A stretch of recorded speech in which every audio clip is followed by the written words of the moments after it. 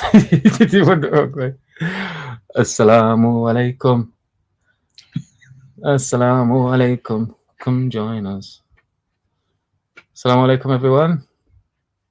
Welcome to a random thought adventure podcast. No one is aware that we're doing this, so we may send an invite to them, actually. See if they're free and they can jump on. And so we just thought we'd do a little random live stream. Alhamdulillah, let me get rid of this. I can't because I don't have internet. Jump on mine. Use my phone Wi-Fi. So Brother Jake is. I need to get rid of this. Sorry. Yeah, so Brother Jake's come to the UK. Alhamdulillah. He got here last night at silly o'clock, and we sat around eating chicken and drinking milkshakes until stupid o'clock. So inshallah, we're getting to 1 year with the Thought Adventure podcast on the 15th, I think it is it? Yeah. But we've got a busy day on the 15th, so we're going to do something on the 1st, inshallah. On the 16th, which is the next day. And the plan is, inshallah, we're going to head down to Speaker's Corner, which should be fun. Yours is not coming up, bro. Let me try and turn it on.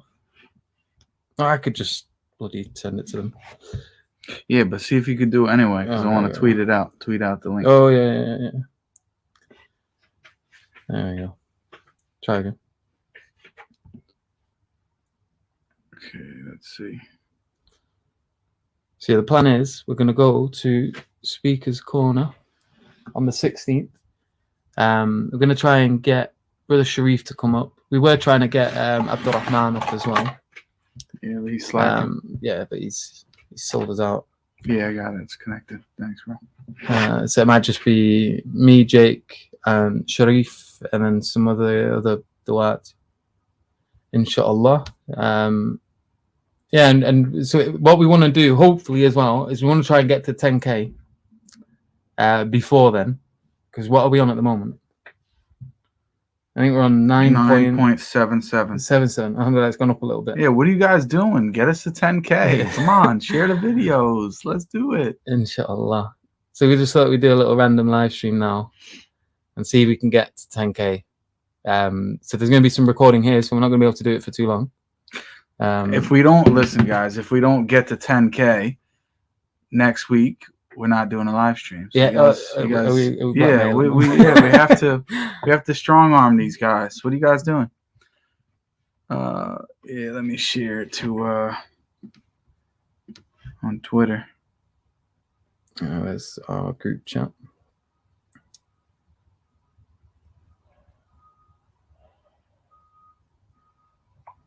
Should we just threaten them? Jump on now or forever.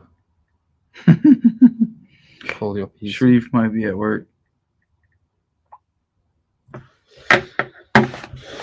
So let's have a look at the chat and see what people are saying. Should we invite people on as well? Yeah. So what we'll do is we'll put the link there. And you guys can jump on as well if you like, inshallah. Let's go through the comments. Is Jake coming? Yeah. I'm here, guys, if you haven't noticed. He's here, alhamdulillah. Good vibes. Wa alaikum salam. A lot of salam alaikum. So wa alaikum salam to everyone who's given their salams. Wa alaikum. Wa alaikum salam. Barakatullah. MashaAllah. Wa alaikum salam wa rahmatullahi wa barakatuh. Are you both on other sides of the table? No. No, you know what it was? I think it was because.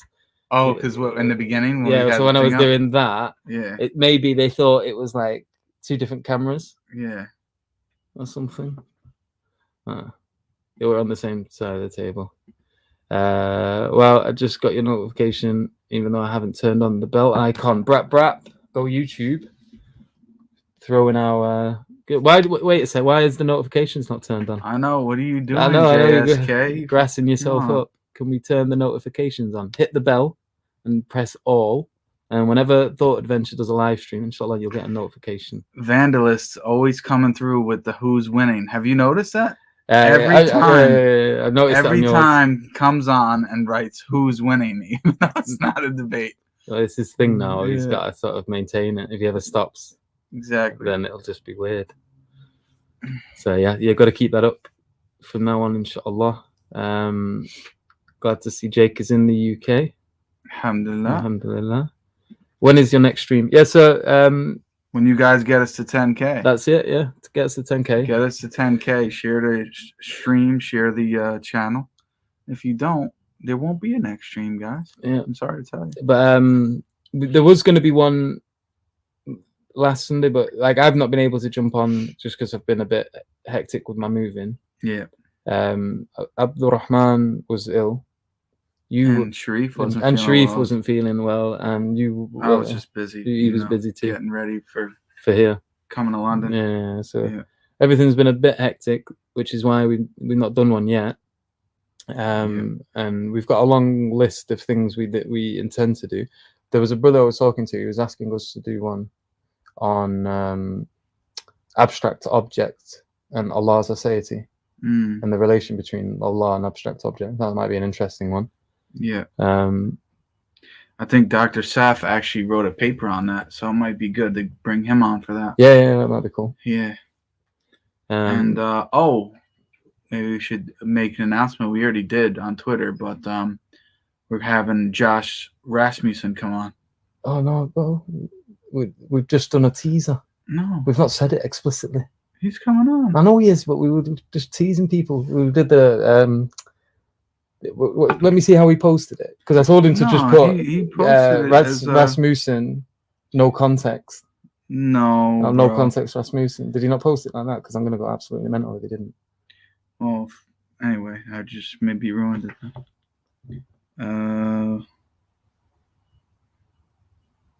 He posted. He's not even posted it yet. No, he definitely posted it, bro. Yeah, okay. I didn't even do what I told him to do.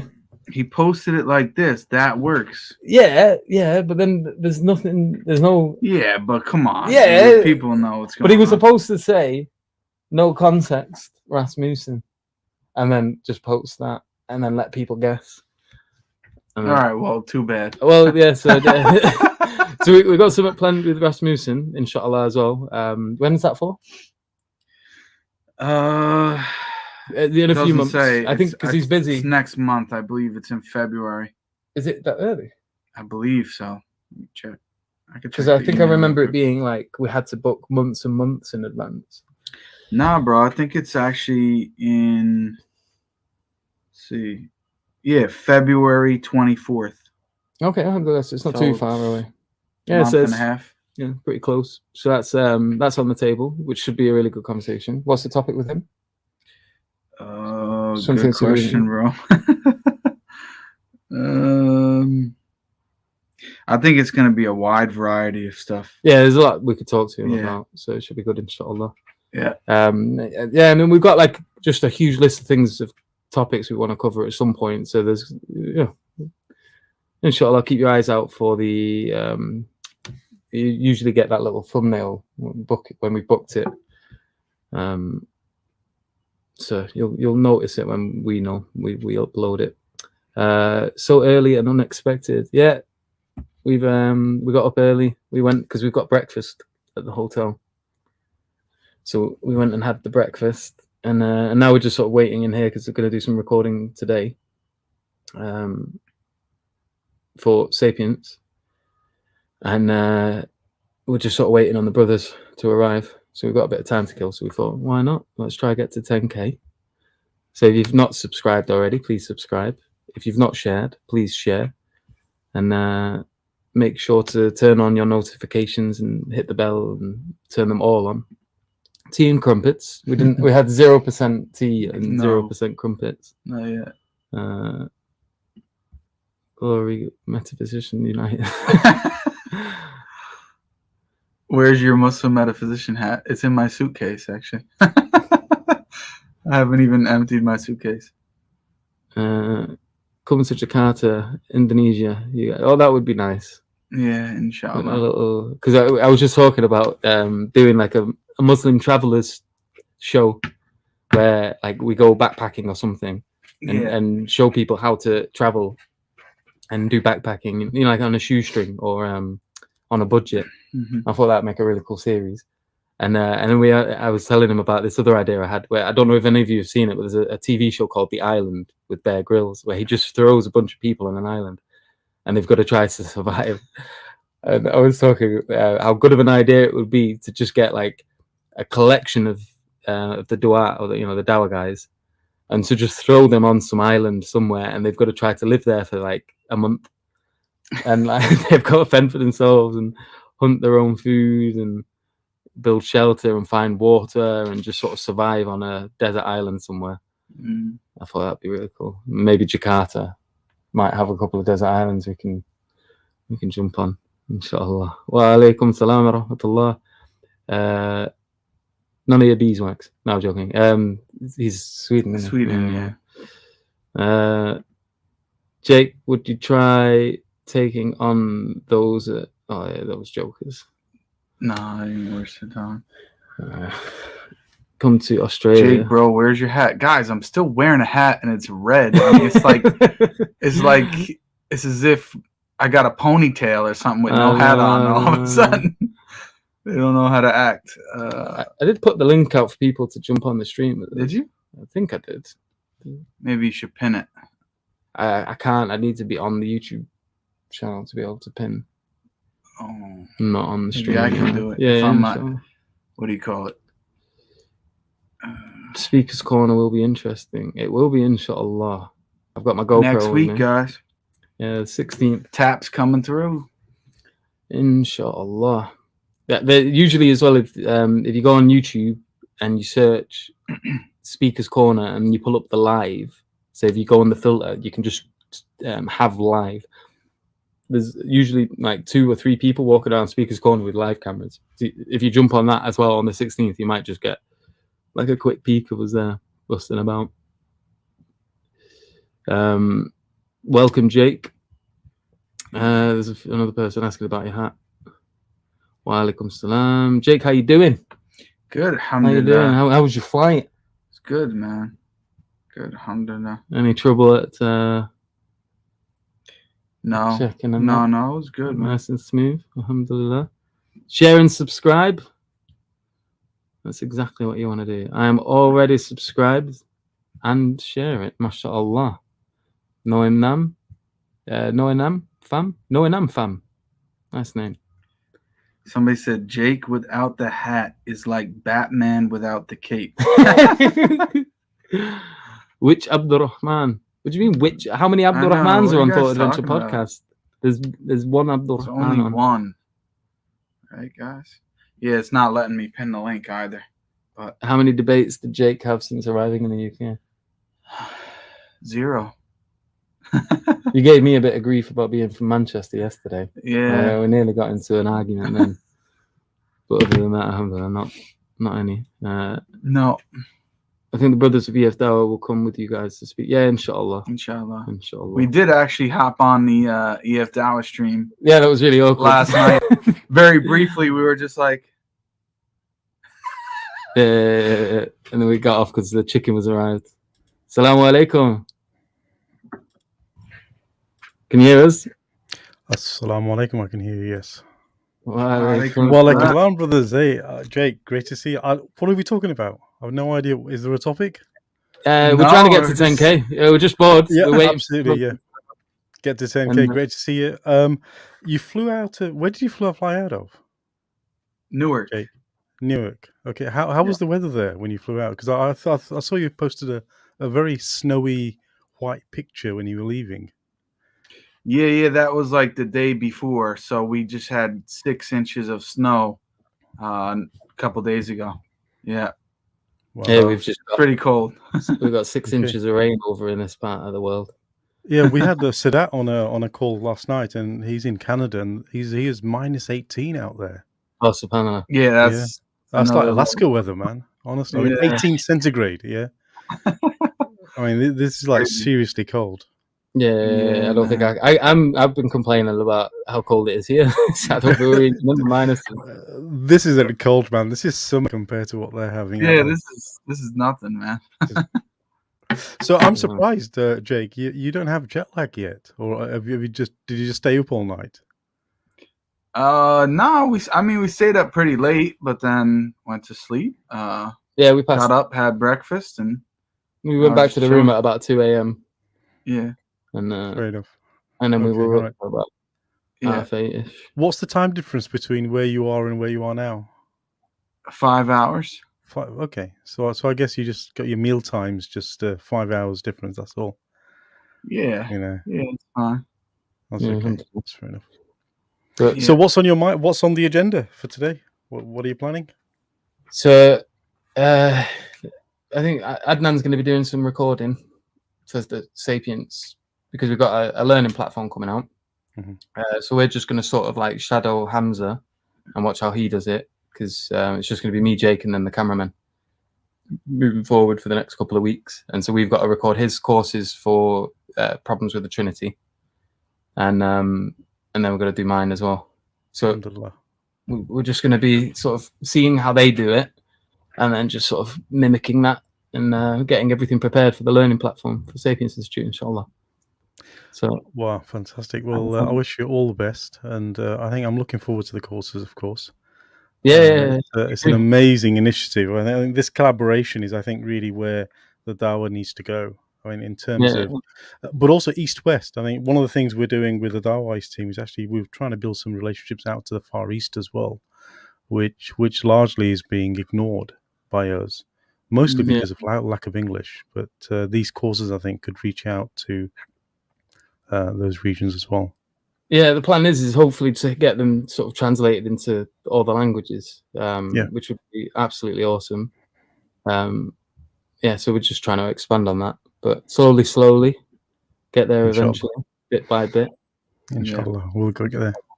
Inshallah. So have you got, so after the 2 weeks, have you got any planned discussions or anything, Jake? Any sort of interesting guests that we should look forward to?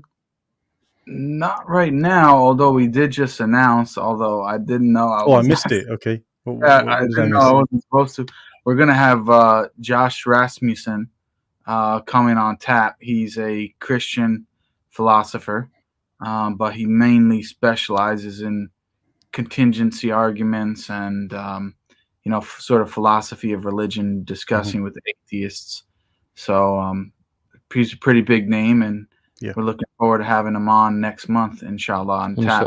Yeah. Hopefully it's going to be another conversation with Malpass. It was nice, chilled conversation. The Malpass discussion was actually quite surprisingly civil. Yeah. Actually, I think it's surprising. Malpass is a cool guy. He's not really one of the drama people, is he? No. So I was expecting it to be a nice conversation, to be honest. Alhamdulillah. Yeah. So hopefully this is going to be another one like that. Well, not hopefully. I think it's pretty much. So I think these kinds of conversations where we keep the temperament low, we have sort of academic, nuanced discussions. For me, I think are really taking the Dawah to a new level and to a new audience as well. The work is appreciated immensely, and it also, I think, really sort of, for me, highlights just how low level the playground polemics are from some of the haters, right? Because, to take the effort that you do to understand the other side, really understand it, demonstrates a level of respect that I think should be reciprocated. And by the playground politicians or polemics, it's not. And it's just, to me, that's insulting, really, at the end of the day. That's an insult to the honesty of the discussion and the integrity of the discussion. And I think if this model works, then we could, we expand on it.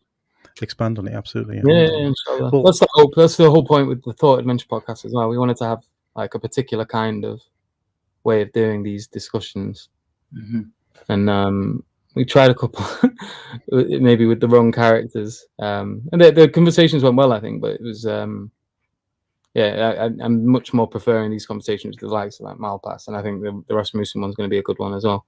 And then inshallah, just try to keep getting guests on like that, and expand on. So I think so. One of the things we're trying to do is really take the discussions you're having and sort of reinterpret them for the next level down.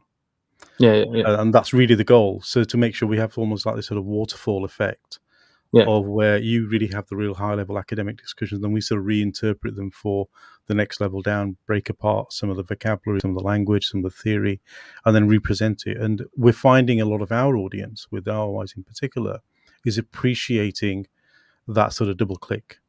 Because some of the concepts you guys go into, and really, unless you've studied philosophy, unless you've really embedded yourself in this stuff for years, it really sort of it goes over the heads of many people. Definitely. You know, I mean, they're small phrases, but they're packed with so much meaning. It's good that as well, because that is something we're concerned about, and we do talk about it quite a lot. Because the difficulty is when you're trying to have a particular conversation, like you say, a word or a particular concept has a whole discussion behind it. Exactly. And if you want to try to progress a particular conversation, you have to use that word to save you having to go into a whole other conversation. Yes, exactly. Like say, like epistemology is like a random one, we'll just throw out there. So epistemology is obviously the study of knowledge and stuff like that. And you're using that word and you just sort of throw it out there. There's a lot you can say on that. You know, there's a lot, you could have a whole conversation just about what epistemology is and the different kind of things you're going into. But if you're trying to make a point that's not necessarily related to that whole subject area, it's just mentioning it, but it's still important in the point you're making, then you just have to use the word epistemology because it's like a shortcut. Yeah, exactly. I mean, basically, when you study philosophy and when you read the material on these subjects that we're talking about, that's essentially what it is. It gives you a shorthand way of expressing yourself. So you use terminology, and there's, like you said, Yusuf, there's a whole story behind that. And if you don't know the story, a lot of the message is sort of lost. So it's very difficult to use that shorthand terminology and at the same time explain everything that is, you know, sort of behind that word and concept, especially for people who, for the most part, let's be honest, we're not really reading anymore. We're not really reading that many books and, you know, academic articles. People are mostly consuming most of their knowledge and learning from social media, from YouTube, from Facebook, from Instagram, from TikTok. All the, you know, this is where people get their information, even news and all this different stuff. So, yeah, it's really important to use it properly to try to educate and empower other people, especially for the Muslim audience, because that's, anyway, really what my goal is. Yeah, and we're doing the best we can, but you learn as you go along to try to refine your way of presenting certain topics. You get feedback and say, oh, wait, this particular word really threw them off. They didn't really understand.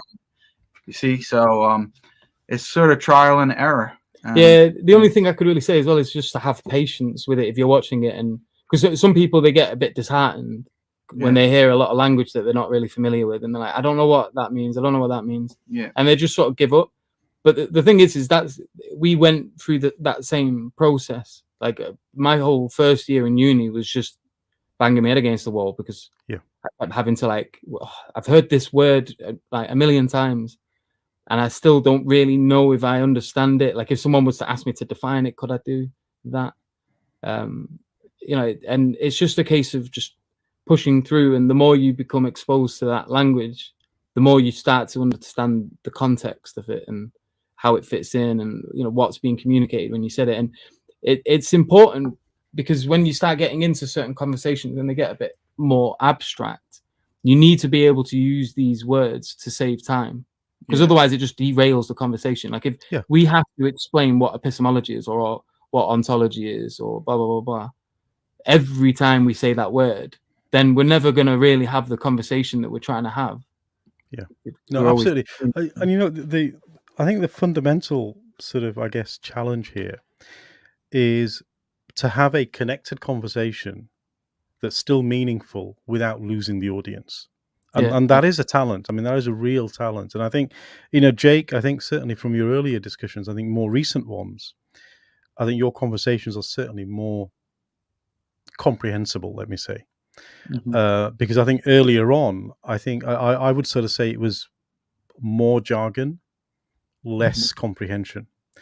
And I think now, as you've sort of developed in your channel and developed in the discussion, I'm noticing that you're certainly more fluid in how you're talking, and you're certainly more sort of balanced in making sure the jargon is balanced with some clarification statements following it, right? Yeah. Now, I know, I mean, I understand when you're talking to an academic, you really want to maintain the conversation at a higher level because it's important you maintain the flow. But this is the thing. I mean, this is what I think the audience needs to understand is the academic discussion is there to get to a point. You need to get to a conclusion. Otherwise, you'll have had an hour and a half of discussion or not really achieved anything, which is pointless because everybody's busy. So I appreciate that. And I think the audience, like you say, I mean, I'm with you, Yusuf. I think the discipline-specific language aside, I think it's important people put the work in. If you want to understand this stuff, then don't just listen to the program. Yeah. Listen to it, pause, go do some homework, come back, and then listen to the next section. Yeah, right? Exactly. You need to do the work. You need to do the work, guys.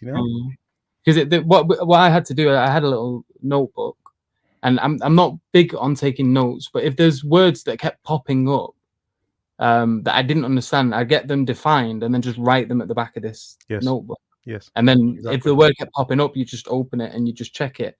And like if you're sort of binging on our material, for example, you should be doing stuff like that, because the whole point of it is it's supposed to be a learning platform. You're supposed to be coming here to learn. It's not just like Netflix. It's not. So one of the first texts you get given when you first do research is this book. Have you seen this? Oh, you're cutting it off half. So sociological paradigms and organizational analysis. So this is in the world of business. Right? This is my background, right? This is what I've do work in. So this is one of the first texts you get given, and what it does, it says basically what are different worldviews people have, right, when they look at a particular topic. So before you even start the topic, you got to go do some work on what does it mean to do certain things. So, for example, in your world, when you talk about good and evil and the philosophy of ethics, you need to first of all ask, well, what's the meta-ethical framework? Well, what does that mean? That means the word good, does it have any meaning, intrinsic meaning in and of itself, and where does it come from? Why is it valuable? Once you can establish that, then you move. But a lot of folks, they don't understand these nuances, and so they listen to the conversation and think you're repeating or think things are being repeated when they're not, because they don't appreciate the nuance. And I remember a great example one of my professors gave me. He said, look, at school, you're told there is no square root of -1. You get to higher mathematics and you can't live without it, because the whole of sort of engineering and mathematics relies on the idea of complex numbers. And so it isn't that it's useless. It's just that at the level of school and at the level of education you get sort of under 16, under 18, it's just not important for you to understand how important this number is. When you get to the higher levels, you really sort of begin to appreciate how intrinsic it is to a lot of really how things are built. And some of the discussions you're having, I think, really around some of the framework, especially the meta-framework discussions that you have, those are to me some of the most important discussions, really, because really what you're demonstrating for the first time is to really ask the question behind the question. Why are we having this discussion in the first place? And one moment.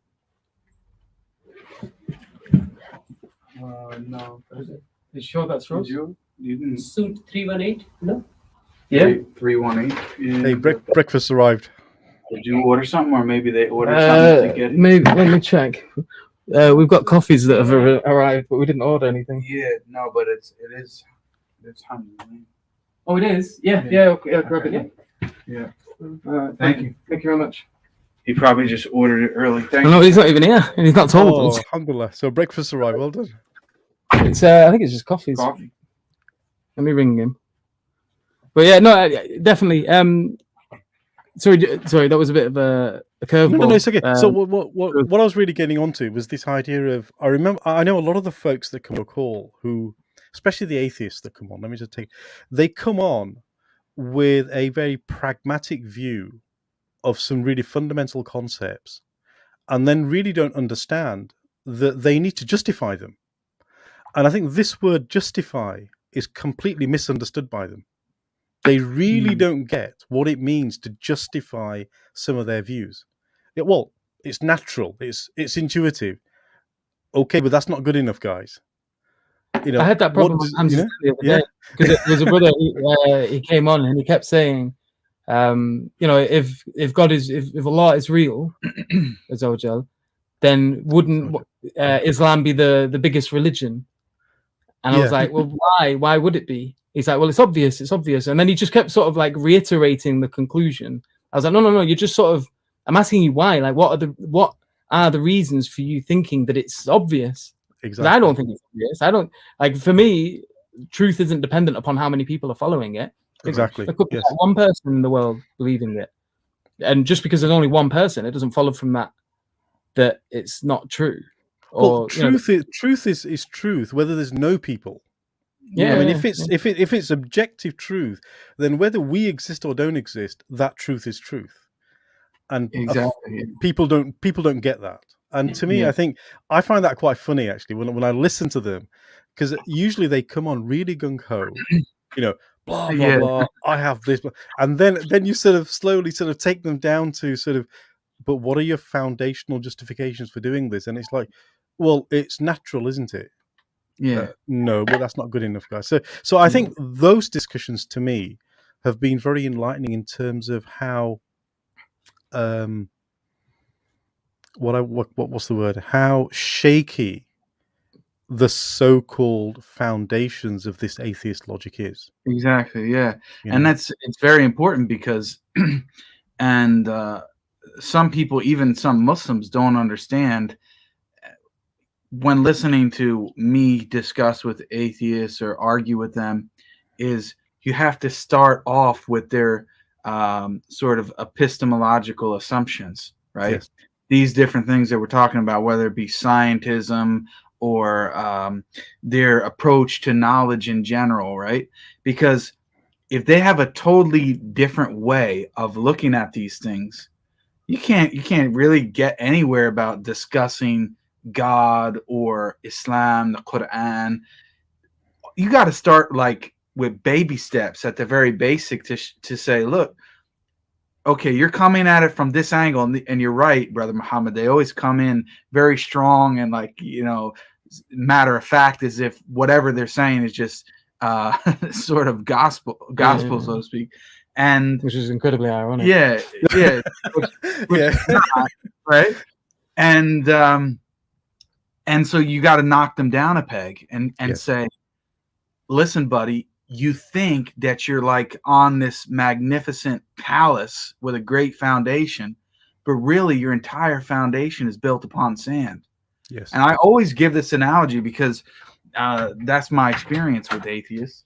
Hello. Adnan's coming at 1.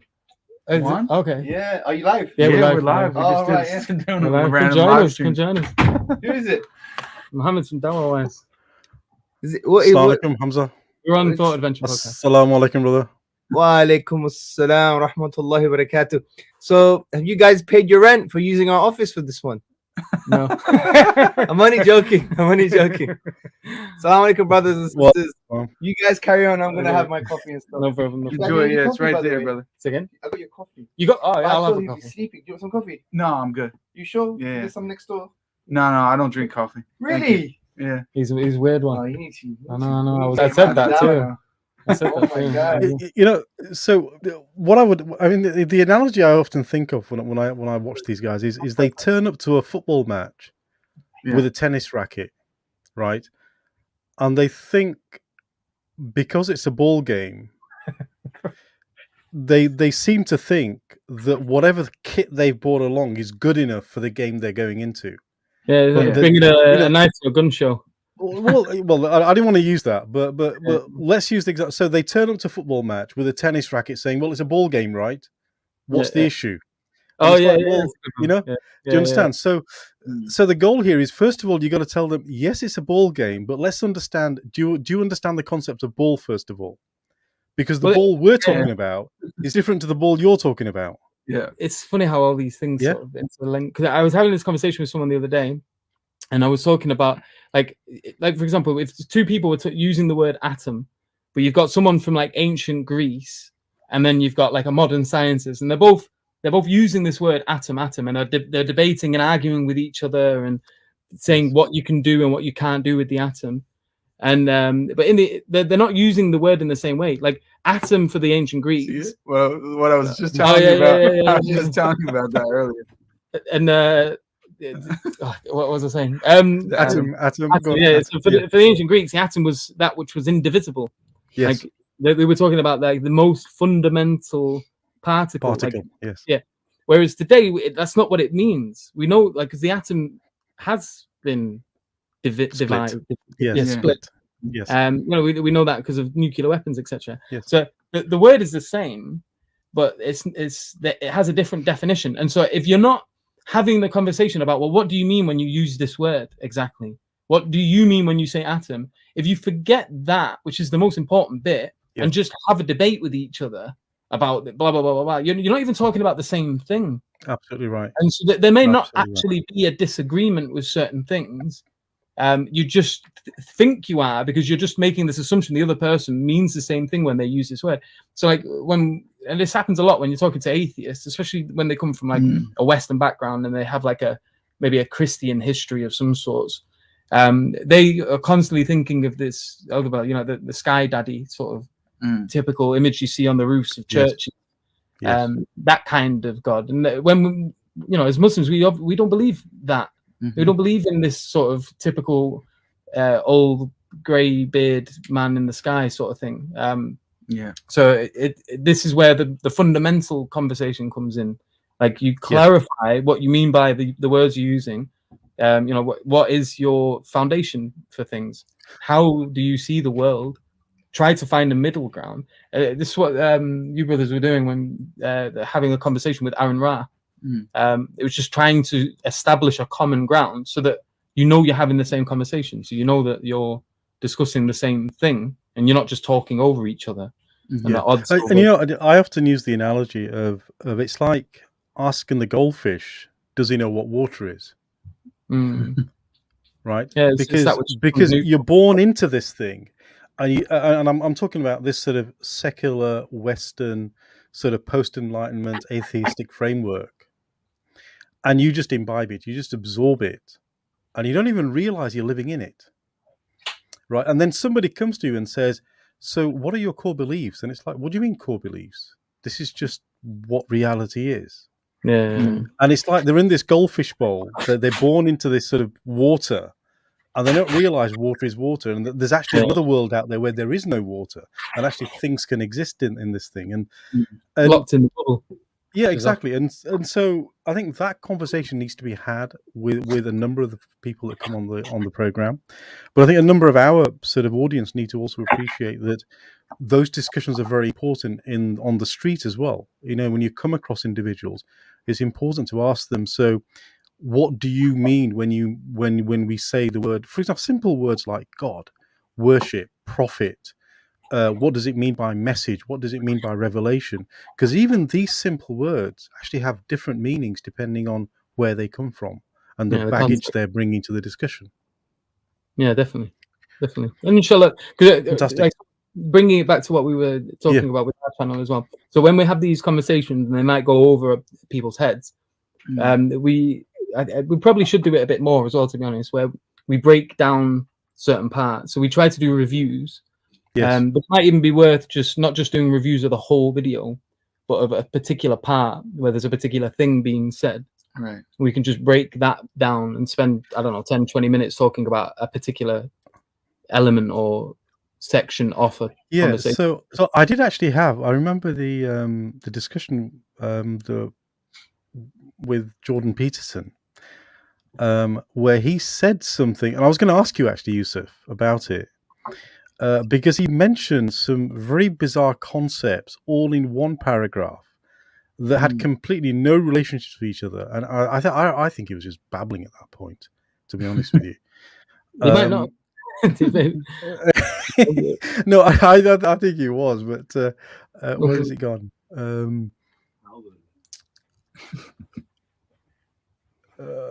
Let me see. Yeah, I can't. There we go. Because I sort of highlighted it as a. What was it, in an article or something? No. This was in the Muhammad Hijab Peter discussion that he had, and what he basically said was, yeah, there we go. He mixed up. Yeah, that was so. It was at. Let me sort of share my screen. If I can share my screen here very quickly. I'll share it. I actually downloaded the text, and I was going, this is just crazy, man. Where are we? While you're getting that up, everyone who hasn't subscribed, do so now, because we're nearly at 10K. Are we? Yeah. I thought you were saying we were getting closer as we're on the stream. I don't know. Well, we'll find out now. I'll have a look. We're at 97,700. Yeah, if we don't get to 10K, come on, guys. It's only another couple of hundred, and we're almost there. I mean, this is just. I know. It's not on. Yeah. Need to get people to share content. It's not changed. I know, man. What's going on? So, by the way, I'm at work right now. So. Naughty. I know you're. The evidence is live on the internet. Exactly. It is. Yeah, whatever, man. It's okay. I've taken early lunch. I'll say I took an early lunch or something. Which one am I sharing? This one. You'll say that, or you have taken an early lunch? No, I have. Look, I work from home. Yeah. So, can you see my screen here? This one. Which one are you seeing? Yeah. The Excel. Are you seeing the Excel spreadsheet thing? Yeah. There we go. Yeah. So this is at like 26:33. And he sort of comes in and says he says, yeah, so okay, let me tell you something about things I've been thinking about in relationship to. I can play the video if you want. That might be better. Yeah. Go ahead. I just want to say, bro, your notes game is is top notch. You need to show me your methodology for taking notes. Okay, so are we seeing my screen here now? No, let me share my screen again. Then. Let me. There we go. It's come through. You need to make sure you share the audio as well. Yeah. I'll share the audio as well. Do you want me to unshare? Let me just stop sharing and then just share again with the sound. You got to do the tabs. Yeah, too many windows. Share screen and we are planning that tab. Yeah. We had a full English. He nearly went for the pork by accident because I told him about the veggie sausages, and he didn't realise which ones are the veggie sausages. He was over by the bacon section. I was like, no, don't eat the bacon. So, can we share the sound here? This one. Yeah, of course. Yeah. But just answer Carlos as well. So that is the plan. Inshallah, we're going to try and do it on the 16th. So hopefully we get to 10K before then. So we're just going to keep plugging it as often as we can in all the live streams we do until now and then, inshallah. So just for the folks, the context of this part of the conversation was that Muhammad Hijab has just finished a very, very short overview of the seerah.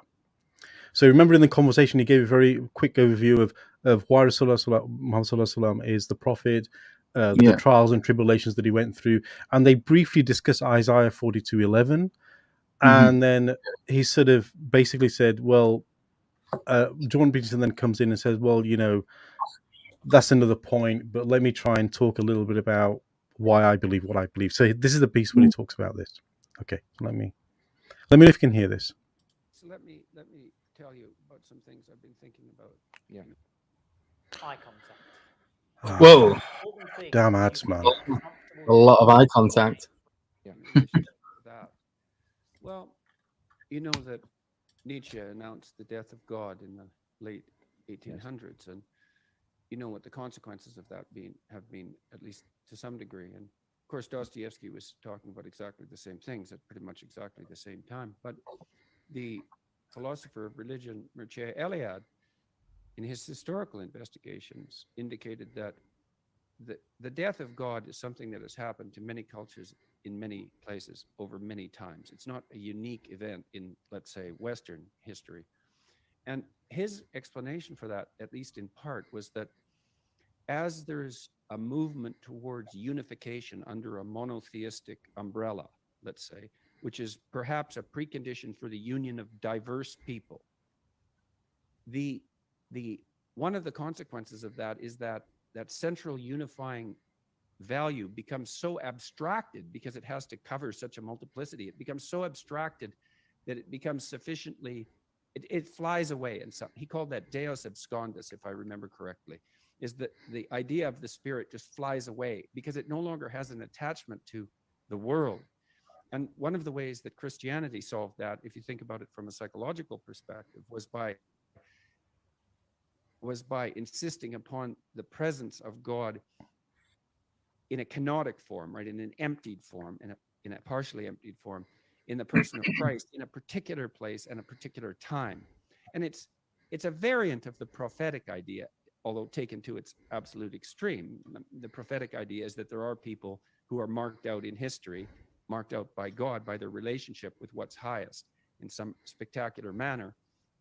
And so I guess one of the things I would say about the Islamic resistance to the idea of the divinity of Christ is that there is an emphasis on Islam on the special status of prophets, of certain prophets, and their particular special relationship with God, which seems to elevate them above other men in some important sense. And drawing a line precisely between that claim and the claim of divinity incarnate is not an easy matter. So, well, I would actually disagree with that. So he brings in the idea of Nietzsche, Deus absconditus, kenosis. He starts off by trying to justify and defend Christianity.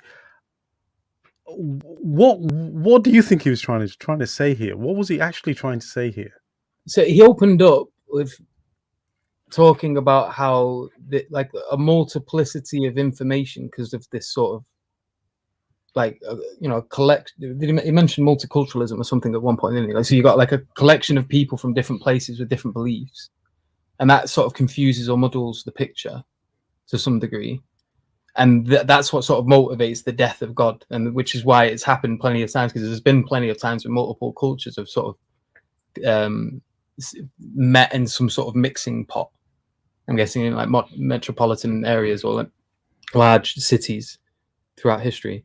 And then he moved from that to talking about Dostoevsky. Yeah.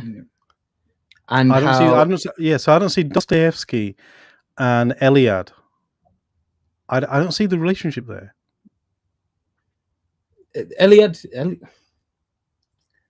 So I guess he's mentioning them because they were commenting on Dostoevsky, at least. Anyway. Yeah, Dostoevsky had a similar idea in terms of, because for Nietzsche, it wasn't just the death of God was just not, God doesn't exist. It was, objective morality goes out the window, objective meaning, all of these different things. And Dostoevsky was essentially making the same point. So I think that's what he was saying. Yeah, and then he moved from that to talking about the vacuum or something. What was it? Yeah, so no, Deus absconditus. So where God is absent, right? Yeah. But come in. And the reason he says that is Hamza got really excited. Yeah, sorry. He wants to jump in. Oh, okay. Assalamu alaikum. Wa alaikum salam, Hamza. I'm just gonna just comment, because usually when something comes in my head, I'm usually quite sometimes when it comes to these issues, I have to say something. So I did ask permission. I think he made complete sense. Like but I think the problem is you have to understand his own background journey as well. So what he's trying to say is, and this is obviously my interpretation, right? He's trying to say that the death of God in a Nietzschean sense, which is the death of God, God doesn't exist in people's hearts anymore. That happens as a result of monotheism, because monotheism has a power of bringing different people together under the kind of monotheistic umbrella, but it becomes so valuable that it basically flies away, as he says, and it becomes abstract to the degree that it's not connected to the divine anymore. It's not spirit. It's not connected to the spirit anymore. So what he was subtly trying to say is that actually Christianity deals with the problem of secularism and Islam doesn't, I think. Because what he's saying is, and that's why he mentioned other thinkers, because he's saying it's not just Western society, it's all societies that have the problem of the death of God, because they do so well, or they are solving a particular social political problem that people are united, and this idea becomes so abstracted away from the divine because it works to that degree, they forget that where it came from. He's basically saying that this is why you have, a divine vacuum from that perspective. There is no link to the divine anymore. He says Christianity solves that problem by the whole, and then you understood what kenosis. He said. So he brings in kenosis for that. Yeah. Right. So in actual fact, he made a hell of a lot of sense in a very short, concise way, only if you know what he's trying to get at. So he was subtly, in my view, trying to say, well, Muslims have got the death of God now, maybe. And this is just my, protraction of his argument. Death of God is in your societies, right? It's just, surface. It's lost its kind of connection to the divine just because, you guys are just moving on as you are culturally. And then he's saying that actually maybe the concept of Jesus actually tries to solve that problem. He tried to link it with, obviously, our understanding of prophets and their elevated status, which I think was obviously a problem. But in terms of the whole, abstraction idea, I thought it was really smart. So it's like an anthropology. Yes. So he's dealing from a kind of macro social psychological point of view, how it affects the individual. Because take our just reflect on our society in Britain. We have a secular liberal society, and in a secular liberal society, you can trace many of these ideals to tradition, right? In some way, even though maybe it could be a misplacement of tradition or whatever the case may be, but there is even our intuitions, even now, and that's definitely changing. Our intuitions of some forms of, deontological ethics, or believing that some things are, morally real, moral realism to a certain degree. Those things have some kind of grounding in scripture, or some grounding in a spiritual tradition or in a religious tradition. But people have forgot that, even Islam, like you could link law, Western law, to the madahib, the rule of law to the madahib. Like the Islamic tradition has influenced the world in such a profound way, in so many ways. And one would even argue things like being innocent before you're declared guilty, right? That according to I forgot his name now, but there is a paper that was written in the 80s that he cites King Louis IX, a monk or some learned person going to the East, and he basically goes to this learned Muslim person, and he learns something that looks like a hadith on this issue. And he goes back, and I think it was either King Louis IX or someone who influenced King Louis IX. And then after that, they started formulating the idea of, you don't assume people are guilty, because that came from the Christian tradition in a way, because you got to have inherent sin. But in the Islamic tradition, we're inherently good to a certain degree because of our fitrah. So it's very interesting. I mean, there's more to unpack there. I have to bring the reference. So that's what I wanted to say, bro. Okay. I thought it makes sense only if you know how to connect his dots, if you've been following him, I guess. So my take on this, was, in a way, I agree with everything you've said, by the way. But I think, in a way, he was demonstrating why prophethood is necessary, right? Why we needed to have prophets over the ages. Nice. Yeah. This was my take on this, right? Because what he said is, if you have repeated ages of where the practice supersedes the spirituality and you forget the spirituality, then you actually end up on a path of divergence. And then Allah has to almost become immanent again to remind you. And the immanence in Christianity is obviously the kenosis, the emptying, and God became man. But the immanence for us is prophethood. Yes. Because that's how we are reminded that we've diverted and we've become lost. So I think, look, I wanted to bring it on because he brought in so many concepts. And when you unpack it, you realize that in a strange kind of way, he was actually justifying the necessary need for the Anbiya and the line of prophethood. Yeah, absolutely. And that's very insightful. And what's interesting is, from the Islamic perspective, the Sunnah is actually a living tradition. Exactly. You can't really argue that with the person of Christ in the Christian tradition, in terms of, you could possibly write everything he said down on half an A4 piece of paper, right? But with the Islamic tradition, with the Sunnah, it's actually living in every aspect of your life. This is the thing. So I think the concept of transcendence is given. I agree. But I think when they think of transcendence and this disconnectedness that they have, which is the only way God can be present is if he manifests itself as God on earth, then what they've done in the Christian tradition is actually broken the connection themselves, because they only get one go at it, which is at the time that Jesus came. That's the only time they get that reminder. Whereas for Islam, in our tradition, we've had it repeatedly, and we continue to have it repeatedly because we still have the Quran with us. Yeah, and the importance is the preservation of the text as well. Exactly. So we haven't lost it.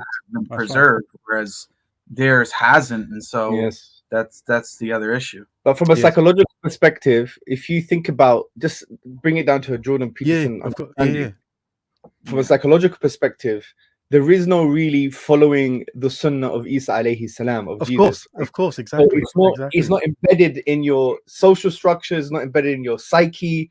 It's just this abstract idea that some person was sacrificed for me, right?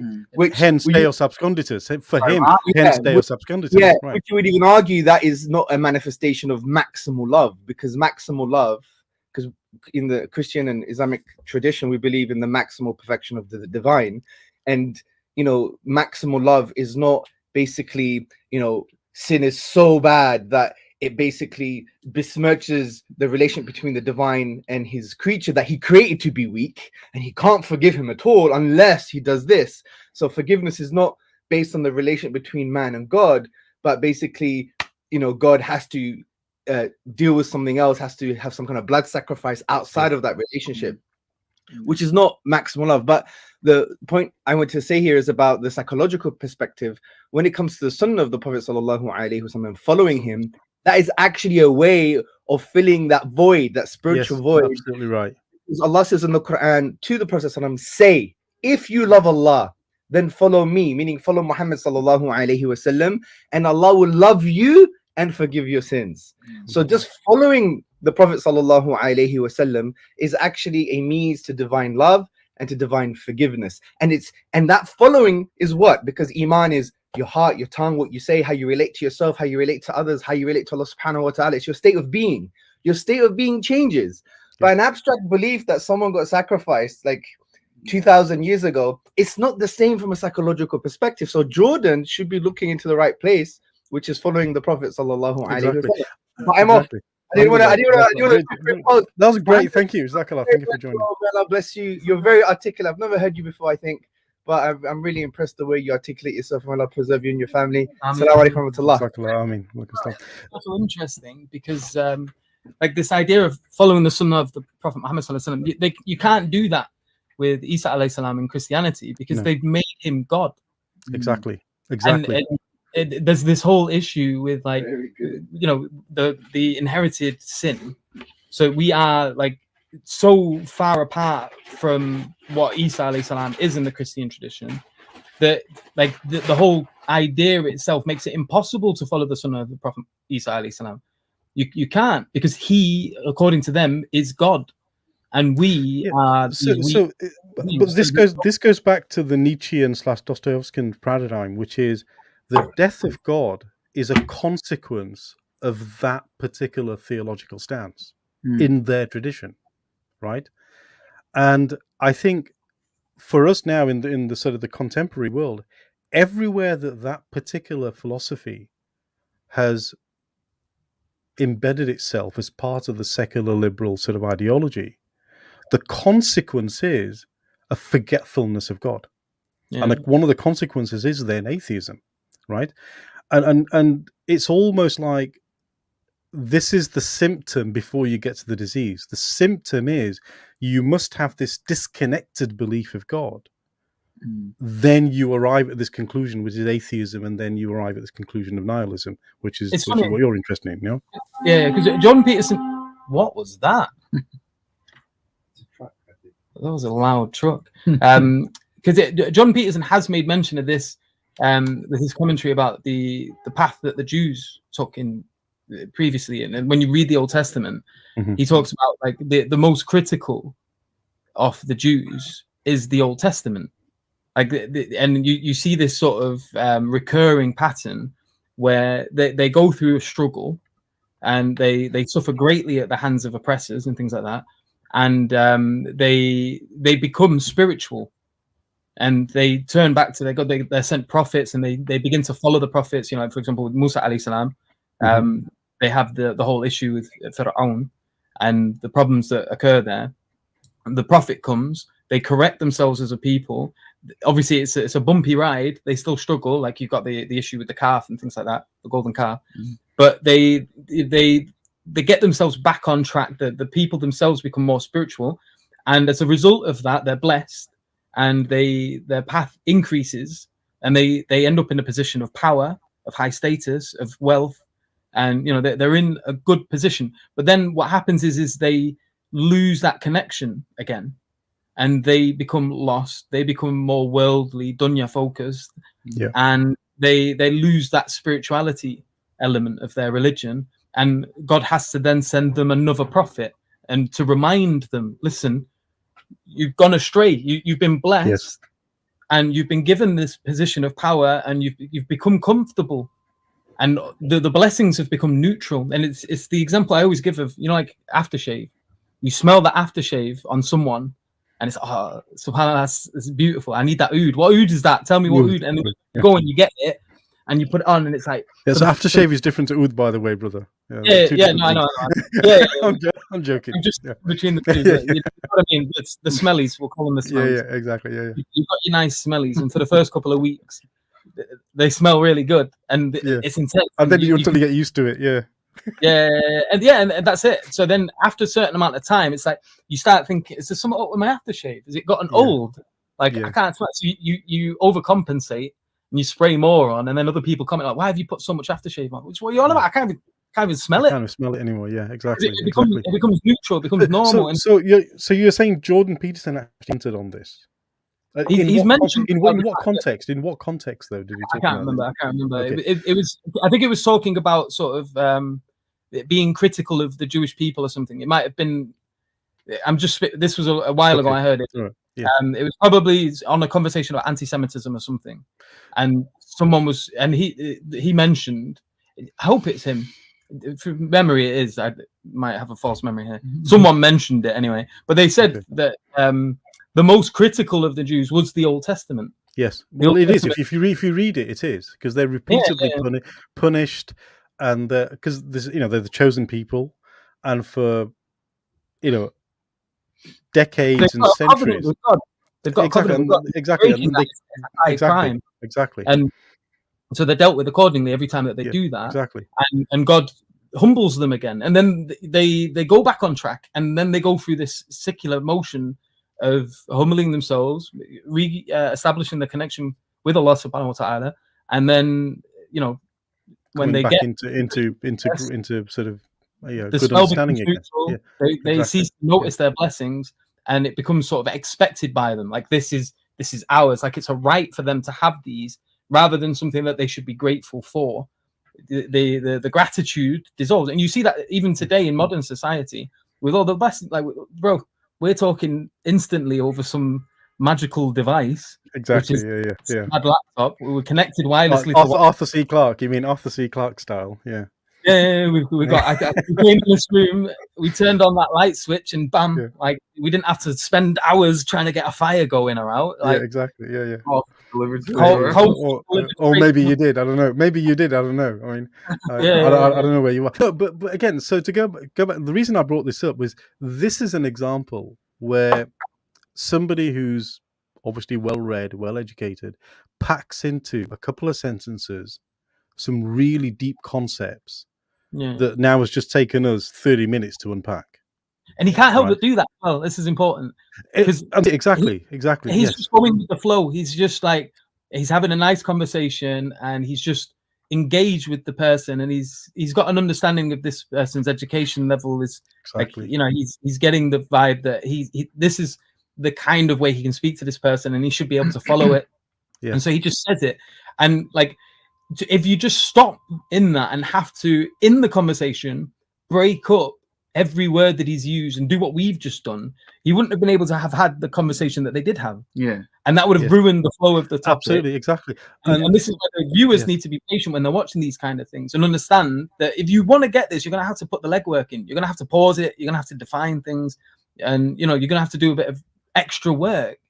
And that takes effort and energy. And you've got to have sabbath. But the issue, though, is most of the audience probably wouldn't have understood just by watching it, be able to break it down themselves. But we didn't either, because we had to pause and talk and discuss. No, but this is, I think this is what the genesis of why Muhammad originally brought up this point, right? Is because this is what we were talking about before, is that when you're trying to convey something to an audience, many times you may be taking these concepts and these ideas and all this background information for granted, and you say something within 5 minutes that has so much other details to it that are not, readily available to the immediate audience, and they don't really get that. They don't really get the full picture of what you're really trying to say. Spot on, Jay. Yes, spot on, Jay. There is a number of the viewers that do. No, of course. So the depends on the audience, right? So it depends on the person and the audience that they've developed over time. So he has a somewhat more sophisticated audience, we could say. So I'm not saying that nobody understood. Obviously, there were certain people that understood. Brother Hamza just came and sort of broke that down, so he understood the point. But I think Muhammad's point is the greater audience, the majority of the people, probably are missing out on a lot of those points. Yeah, exactly. So the issue is Muhammad Hijab, he probably understood a lot of what he was saying, right? But the issue is, are you having the conversation for just the other person that you're speaking to, right, or are you having it with the audience in mind? You see, and it's very hard to balance that, because at the same time you want to, in a short amount of time, pack in and have as high level of a discussion as you can with the person you're speaking to. But at the same time, you don't want the audience to be lost. You want them to be really engaged in the conversation in the way that the other person that you're speaking to is. And to try to balance this sort of balancing act between those two things is extremely difficult. It is difficult. And I mean, just from my own personal experience, I think it's important then to sort of, first of all, be mindful and aware that this is happening. I think have the conversation that needs to be had in the moment. And then I think post the conversation as part of separate sort of events, just like we've done now, is really sort of break it down for the audience, knowing that these are concepts that likely will have been missed. Yeah. And again, you only need to go through them, I think, once or twice, and then people have got a reference point to go back to. So I think, Yusuf, when you first started, you did a really good breakdown of your thesis that you did for your degree, right? Yeah, that was hours and hours long. It was hours, but the thing is you've got now a reference material that anybody that says, okay, what is Yusuf talking about? If they want to do the homework, they can go listen to that stuff. right? Yeah. And if they don't, then it's their bad. Too right? bad. Yeah, too bad. It's your bad. Okay, look, we need to have an academic conversation here. I'm not going to spend 16 hours explaining something I've already explained. But the key is just being mindful that when you are talking with some of the, especially on some of the more esoteric topics, they're really fun, especially some of the stuff you talk about, Jake, on really deep theological discussions, nuances. For example, the first time you spoke about divine simplicity, right? It completely went over me, right? Yeah. And it wasn't until I listened to it the second time I sort of finally understood what the Christians have been going on about with attributes, and and I suddenly I had this sort of aha moment of, okay, so this is why this particular group really sort of misunderstands the sifat of Allah subhanahu wa ta'ala, the names of Allah subhanahu wa ta'ala, the attributes, because they just have a completely different conception of what the divine being is all about. Yeah. And that actually took, what was it, like a 3-hour discussion, and plus another couple of hours for me to go listen to it again. I mean, 5 hours of effort just for me to sort of realize that, okay, and that's like one concept out of like a and it's not just you, it happened to me as well. When I first heard about it, I was like, what are they even talking about? I didn't really grasp it at first. It took me, I watched several discussions and debates on it. I read academic sources on the topic. Yep. And it's funny you bring that up, because I am going to actually talk about divine simplicity as part of the course. And I am going to try to break it down and make it simple. So hopefully some people will get it. Yeah. No pun intended. Yeah. So no pun intended. Exactly. Simple, simple. People think about it like divine simplicity. Oh, what does that mean? Is it just God is simple and easy to understand? And it's like, no, that's not what it means. Yeah. So it's definitely a challenge. And it's, as I said before, it's kind of trial and error. A lot of times when you're speaking, especially to a diverse audience, some of the other people who are familiar with the background stuff, they're like, come on, man, when we know what divine simplicity is, just use the shorthand term and then go on to the crux of the matter. We don't need you to explain it every single time. And so that's the issue, is that the more diverse your audience it is, in a sense, it's almost more difficult to convey what you want, because you're dealing with people on so many different levels. So I don't want to complicate it, but the other concept that really sort of is misunderstood is this whole idea of the model of the soul from the Islamic perspective. Because there is this whole paradigm of Western psychology that has sort of really become the dominant model of how we understand the human being, existence, the nature of man, and all the rest of it. But there's an even deeper, longer history in Islam, and there's an excellent book, I think it was by who was it by? Abdullah Rothman, right? He wrote a book called Developing a Model of the Islamic Psychology and Psychotherapy. And if you go in there, he actually refers back to, I think it was an Ibn Taymiyyah model of the soul and of the nafs and of really sort of psychology. And I think as Muslims, I think we need to appreciate that the Western concept of soul, when we talk about soul and fitra, is actually missing. They actually have a big gap in their entire understanding of what the human being. They just have this sort of dual meaning of there's the body and soul. Okay, yes, but what does that actually mean? And everybody has this sort of duality-based conversation, but they don't really sort of double click on what do you mean by soul and what do we mean by soul. And our definition is actually significantly different. And I think a lot of the misunderstanding happens there, because when we have this idea of the resurrection in Christianity, for example, and they talk about, well, is it the human or the God, who actually died, whatever, and they say, well, it's a soul. But then they get into the whole question of person, being, etc., etc. But then in the Islamic paradigm, it's even deeper. You're smiling there, yeah. Well, because I'm just thinking about my course, because these are points that I'm great, fantastic. Okay, great, exactly. Yeah, good. Yeah. Okay, great. Look, brothers, thank you very much. Great conversation. I'd love to stay on for hours more, but I need to get back to actually my lunchtime is over now, so I need to get back to work. Jazakallah. Assalamu alaikum wa rahmatullahi wa barakatuh. For jumping on it. It was a brilliant. No, it's brilliant. I'm glad I could. And Jake, welcome. I won't be able to get down to London, but I'm sure. Where are you, Brother Mansour? I'm in Manchester. Oh, you're a monk. I am. Yeah, yes. Are you guys? Let me ask you a question. Are you guys naturally clumsy in Manchester? You want to watch I don't know. I maybe it's just that one individual next to you. I've no idea. This guy has spilled like 3 drinks since I've been here. It's only since you've been here that I started. I'm going to blame the American. He's clearly overawed by the presence of an American. That's what it is. It's making me nervous because he keeps. Yeah, there you go. Exactly. No. Yeah. So, where are you? Colonial. Are you in Mank as well? No. We're in London at the moment. But I am. But you live up north, right? Yeah, I live in Bolton. Let's connect. Yeah. When you get back up here, let's connect. 'Cause I'm in Manchester. And, Actually, got my number. So if you want to grab that off him, then we can. Yeah, I'll have a chat. I mean, you're on the HP Dower group, right? So I am not. No. You know. Okay. No. Well, you should get on there. You need to get on there, man. I left. I spent too much time on it. If I'm on it. So I just ignore it. Just ignore it. Just stay on it because all the numbers are there. Yeah. All right, bros. Assalamu alaikum.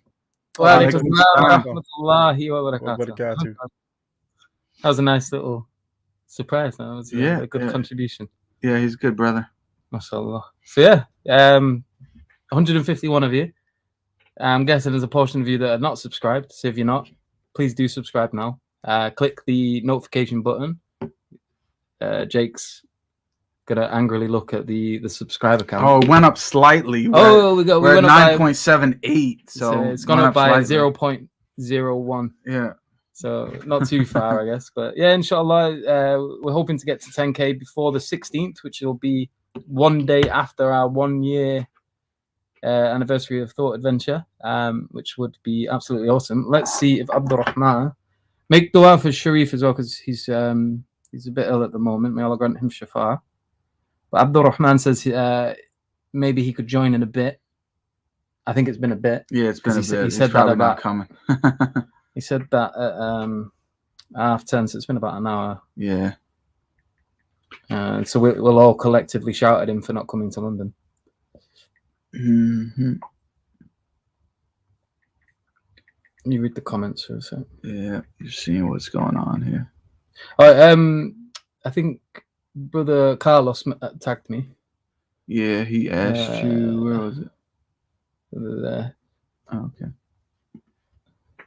Have you joined on Clubhouse yet? I have no connection issues there. I did, but then I deactivated because it's too much time. Yeah, another distraction. I like minimal social media. So the only ones that I really use are YouTube and Twitter, but I've even deactivated my Twitter. So I'm going to reactivate that in a little bit. But I don't like spreading myself too thin. But I think you're on everything, aren't you? Not really. I'm on Facebook, Twitter, YouTube, and Clubhouse. But I've managed to stay off of TikTok. I know people keep trying to persuade me. No, I'm never going on TikTok. I'm not on TikTok. I'm not on Instagram. So Alhamdulillah. I'm not on a few, but I'm on probably a few too many. Yeah, you're more than I am anyway. Yeah. Yes, I want to avoid extra stuff. I've got a lot I need to get sorted. Yeah. And what else is being said? So we'll put the link out. Or, I don't know. We've been on for an hour and a half. What time did you say? Was it 1 o'clock? We've got a little bit. We could chill for a bit more. Somebody said, "Are you going to any football matches?" They don't have football here. You guys know that. Come on, we got some bootleg football over here. I would go at you for it, but I do not like football anyway, so I couldn't care less about the whole football banter. Yeah. I wondered why the sun came out.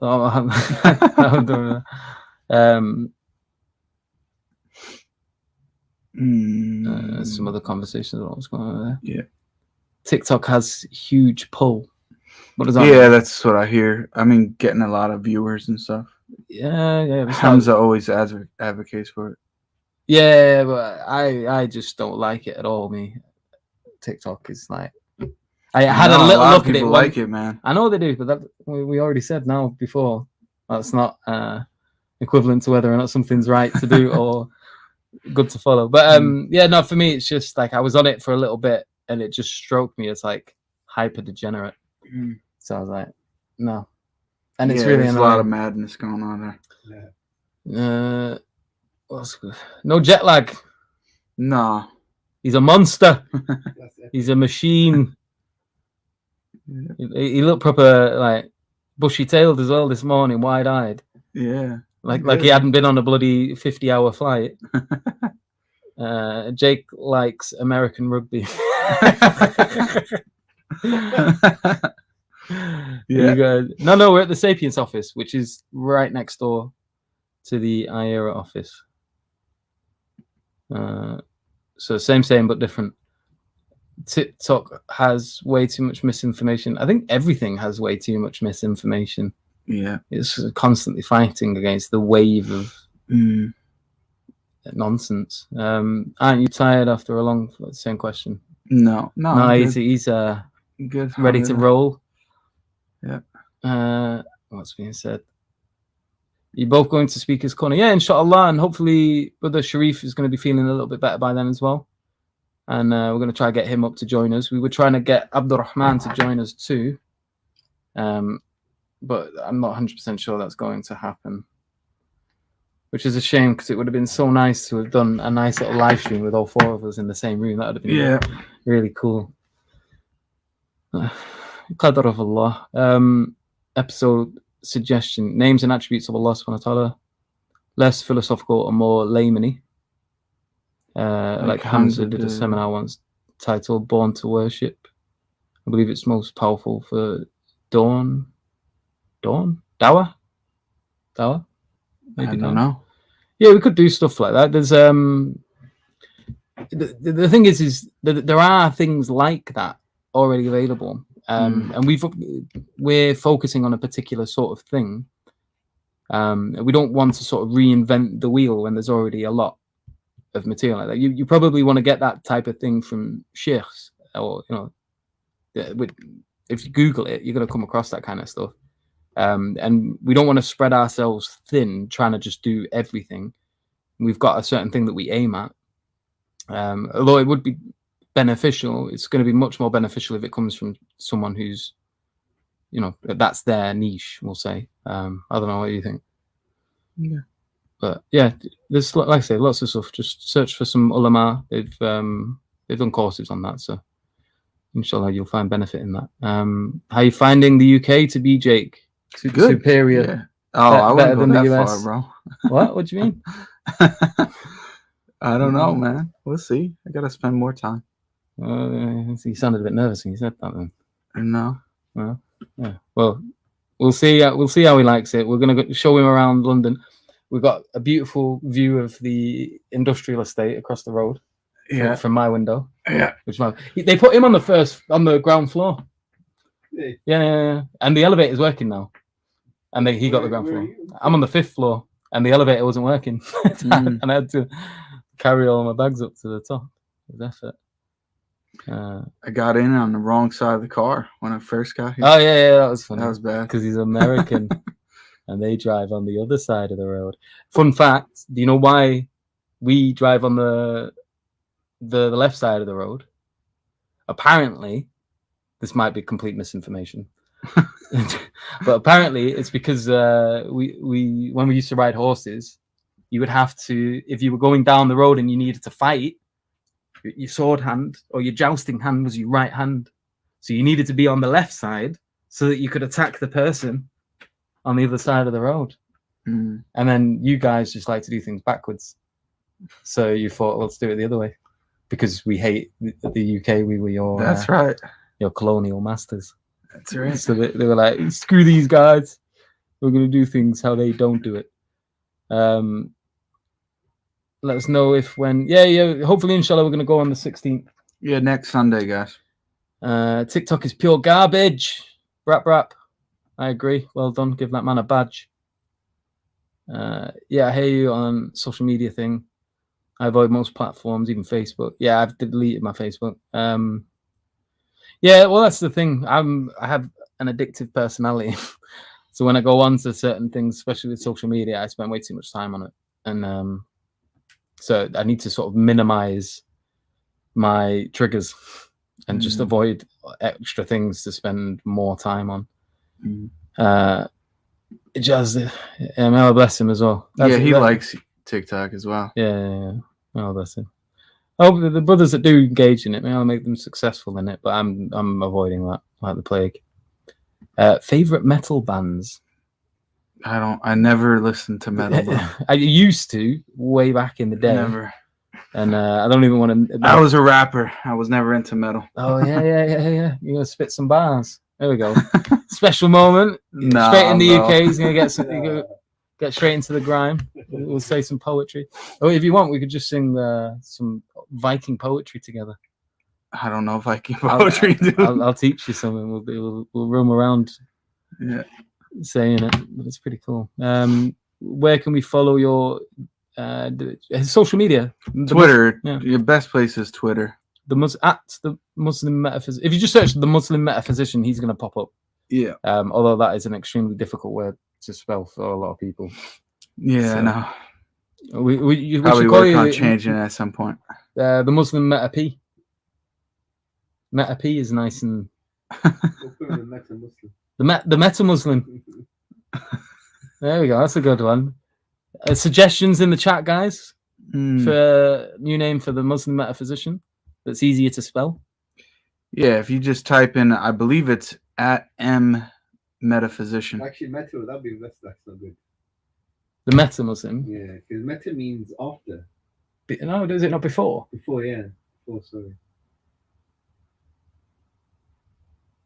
But it doesn't mean it in the sense of like.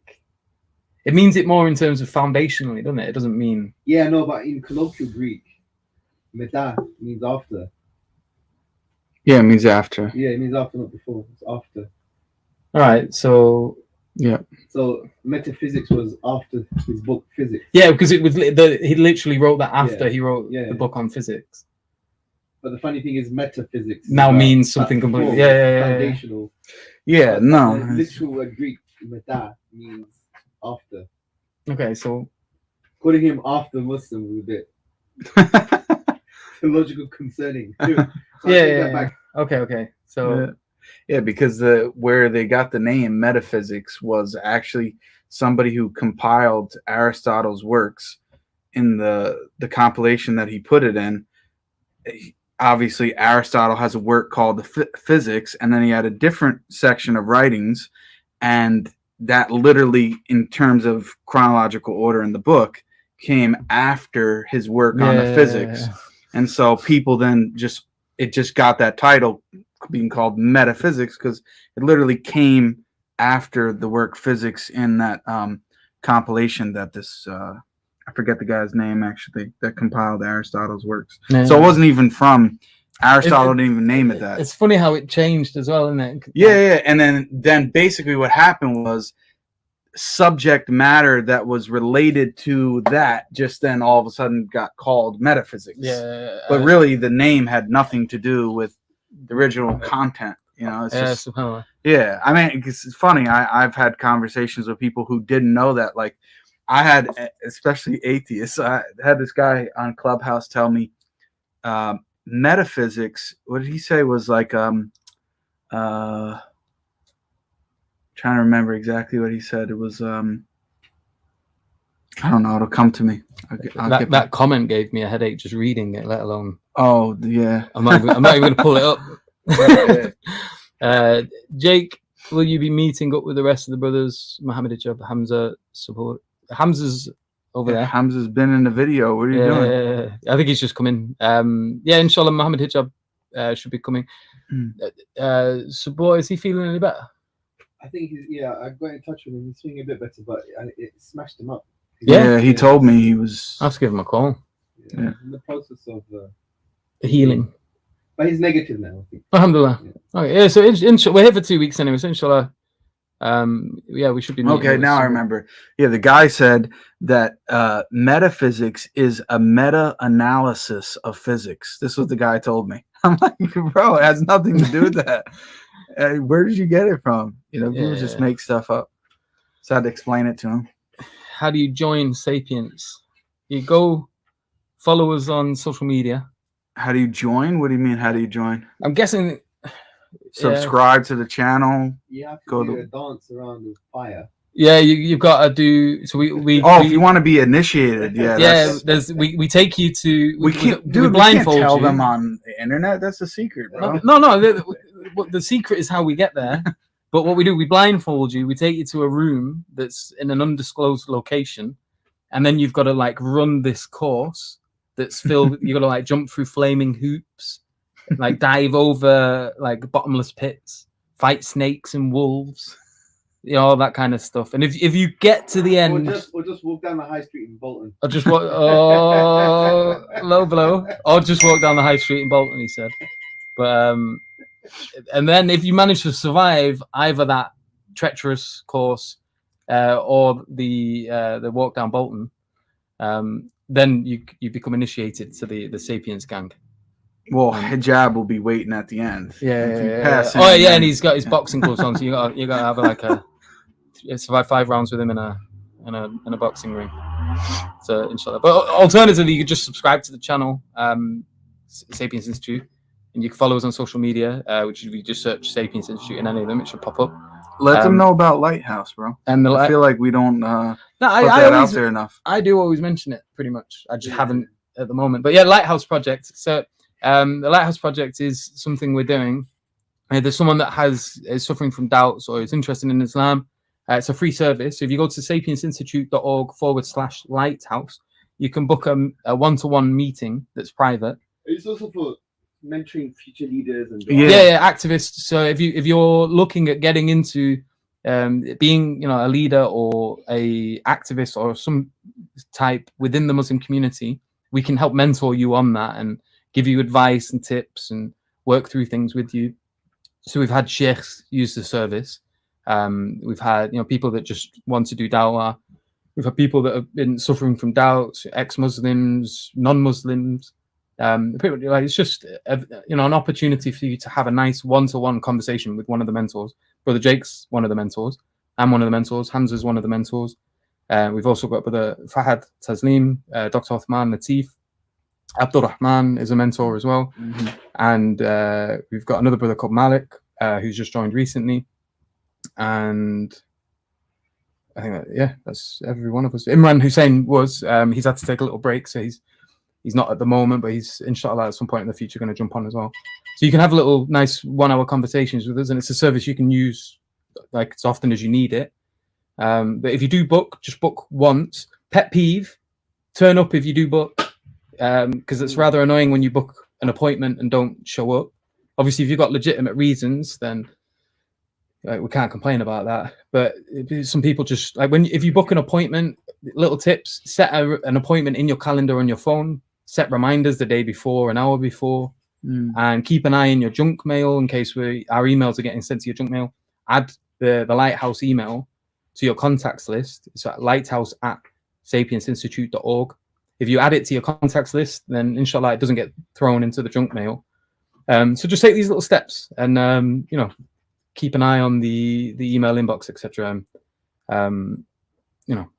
Show up to the meeting, inshallah, because there's a lot of time being invested in this. And if you're not showing up to the meeting, that meeting goes to waste, and it could have been used by someone who needed it. But if you're holding up that slot, no one else can book on it. So you've got to keep that in mind as well. But yeah, it's a free service, so you're welcome to use that as well. sapiensinstitute.org/lighthouse.